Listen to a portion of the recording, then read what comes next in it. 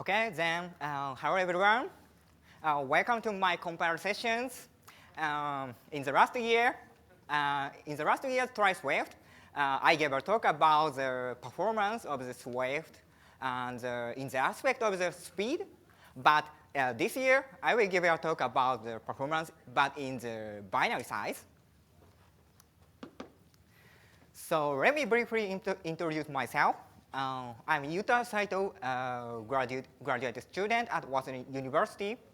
And I have been working on some open source projects for a few years, especially focusing on WebAssembly support for Swift and CLB. And I'm very interested in the language implementations. And currently, I'm working on, for GoodNotes to maintain the WebAssembly support for Swift. And we are investing on Swift and WebAssembly to provide cross-platform applications among Android, Windows, and web. If you are interested in working at GoodNotes as a compiler engineer, please let me know. Anyway, today's session is about binary size. I will begin with why and where the binary size is matter for us, and walk through some major optimizations performed by the compiler toolchain. Then I will share some tips on how to reduce your binary size. So why is the binary size is important for us? One of the major career motivation is platform limitations. App Store has some restriction on the app size. An app clip must be smaller than 15 megabytes to launch the app instantly. And also, they impose soft limitations at 200 megabytes to be downloaded through the cellular networks. Even though the software limitation can be bypassed by options, but it's not a good experience even. At GoodNotes, we are building a web app from Swift code. Like app clips, web app need to be launched instantly as well. And in the worst case, users need to download the app for every time. So binary size is critical for us. Another interesting motivation here is that for embedded systems, Swift recently aims to be a good system programming language.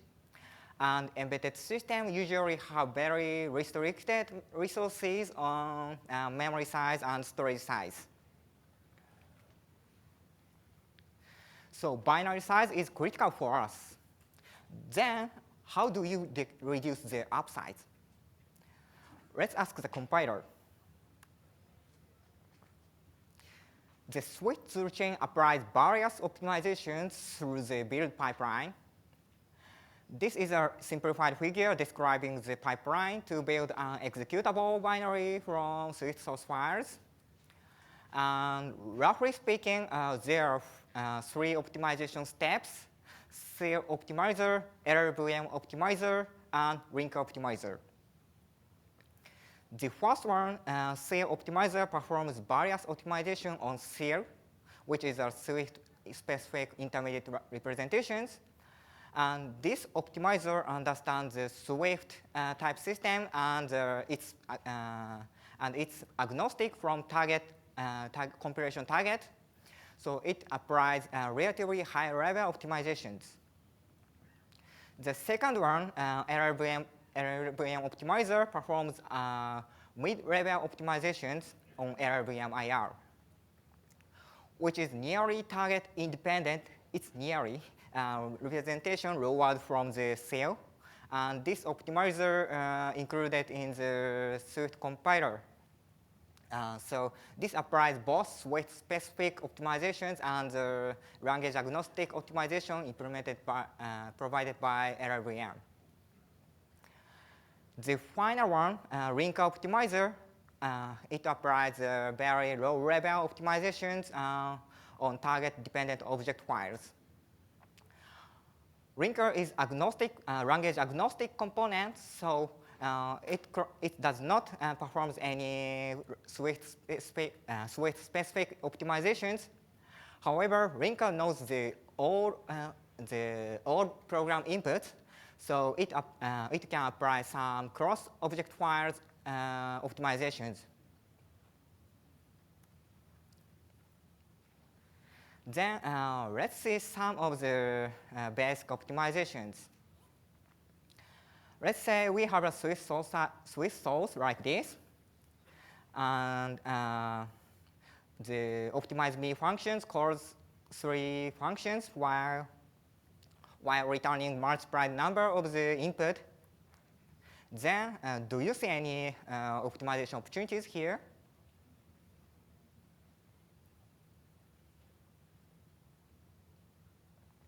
First, we can apply dead code eliminations, which is a very basic optimizations, and which it is a function local optimization on cell.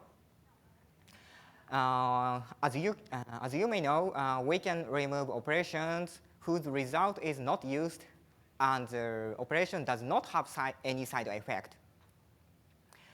In this example, the optimizer finds the operations that seems useful, starting from the end of the functions. In this case, the return statement is the root live optimization operations, and the return value is computed from the core of the multiply method. So the operation is also useful. Then back to the end of the function, external citizen call also seems useful. So return is useful. It retains the multiply method call, and the external citizen may be useful, and local citizen is not used.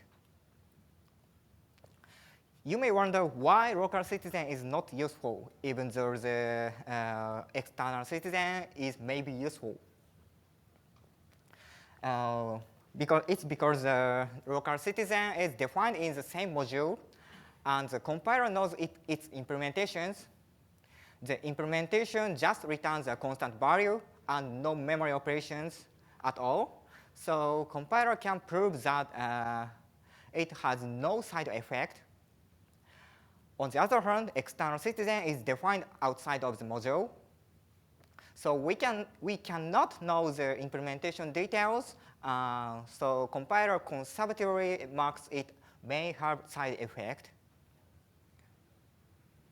Then optimizer can conclude that local citizen call is completely dead. So we can remove it.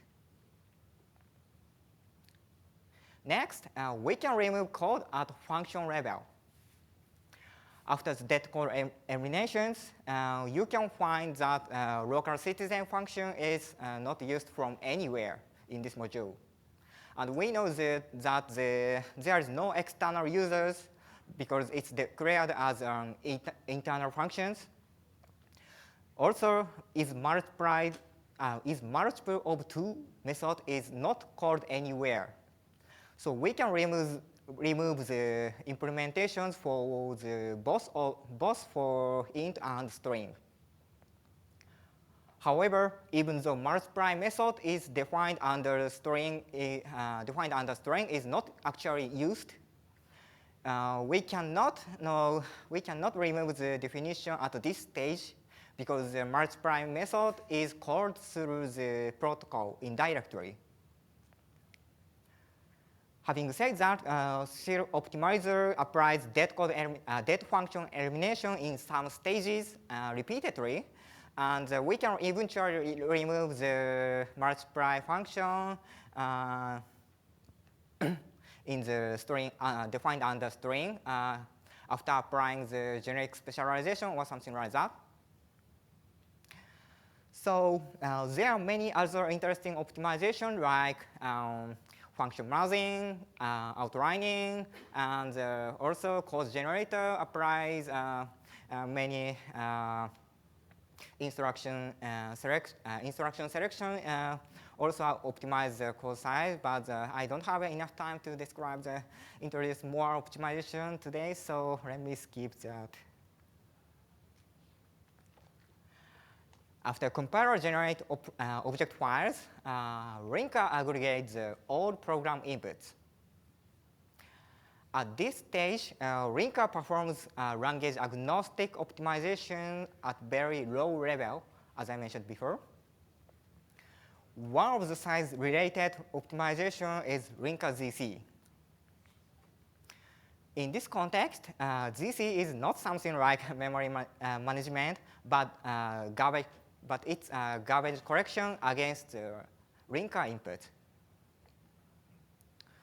It's known as data strip or ZC sections in some linkers, and it's very effective to find data code across different languages. And linker ZC can eliminate the Swift code attributed with public if it's unreachable from any entry point or exported symbol. So we can have more opportunity to eliminate more code. Actually, I recently fixed the WebAssembly linker to make the ZC section work with Swift. So we will get more smaller binary on WebAssembly as well. Yay!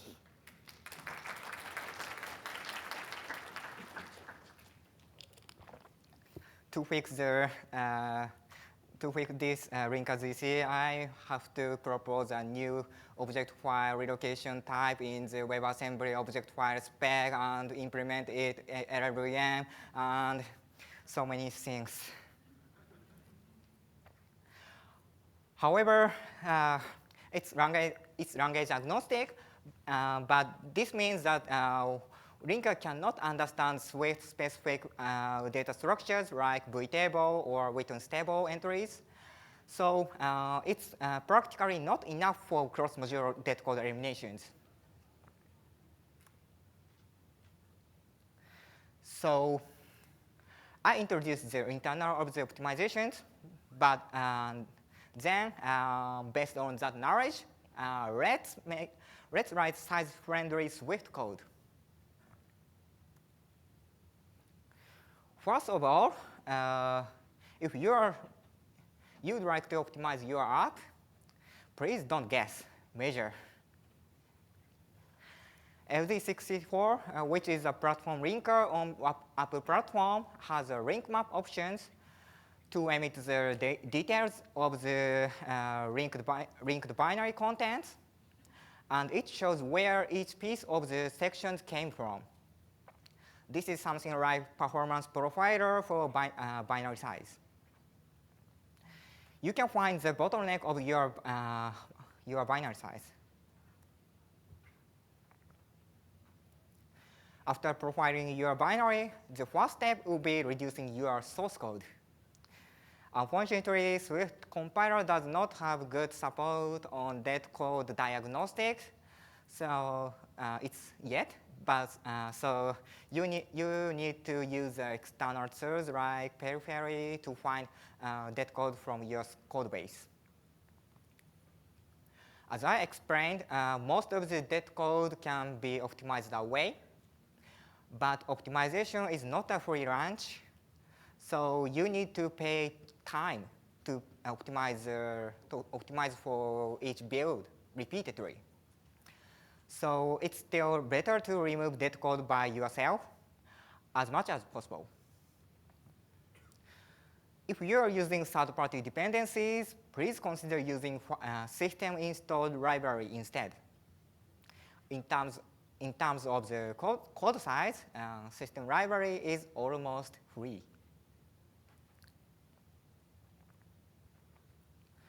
And if you don't have time to tune up your code, delegate the work to the compiler by paying the compile time.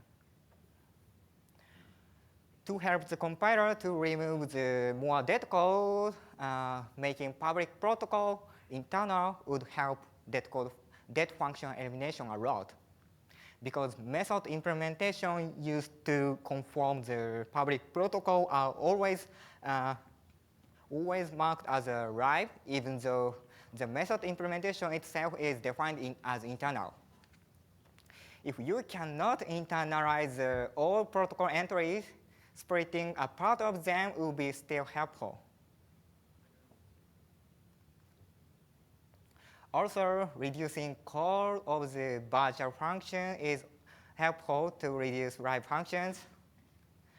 A virtual function call marks all possible query, even though you know the actual query.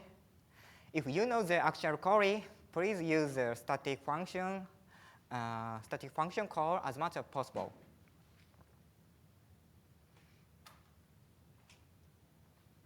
However, those techniques are not enough for never used public functions for most cases.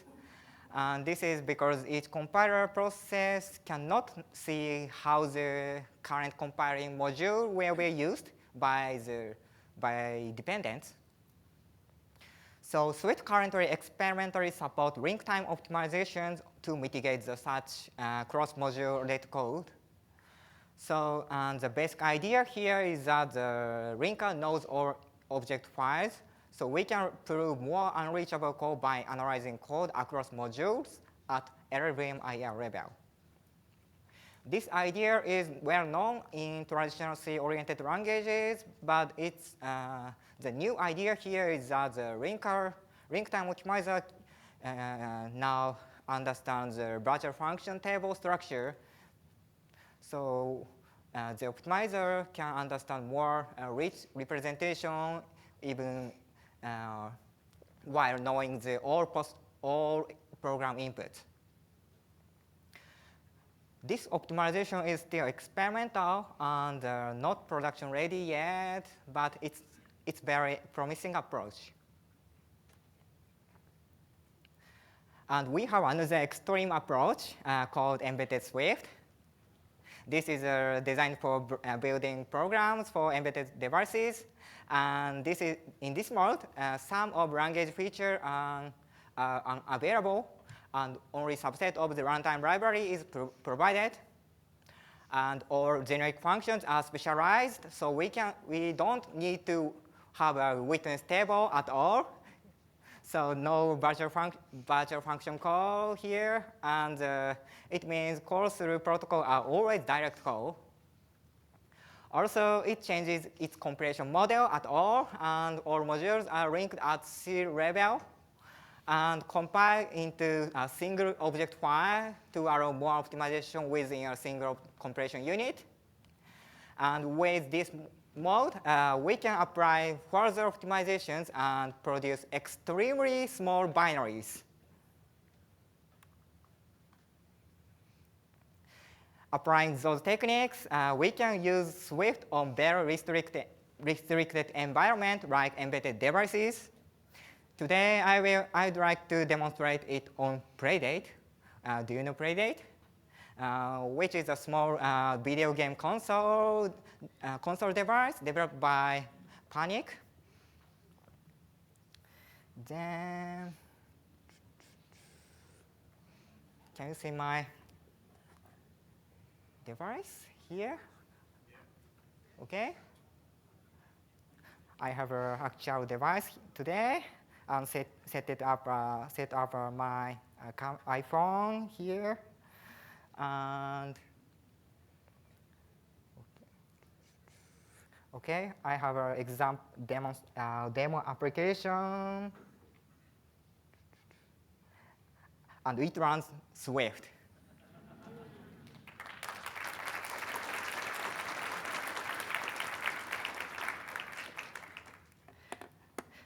Okay, demo finished.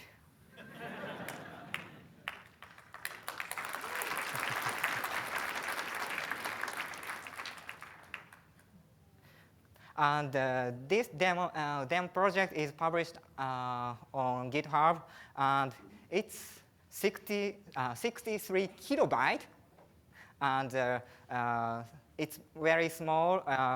And actually, this device has only 16 megabyte at RAM, so it's so tiny device. Actually, I made this demo on the March 6th, but next week, another person published a blog post, bite-sized Swift building tiny games for Playdate. So my demo might be not new stuff, but so in this talk, I explain basic code size optimization applied in Swift toolchain. And Swift toolchain has good optimizations by default, but we will get more smaller binary if we tell some hints to the compiler. To save developers time from taming compiler, Swift is exploring further optimization opportunities. So stay tuned for upcoming improvements. So that's all from me. Thank you.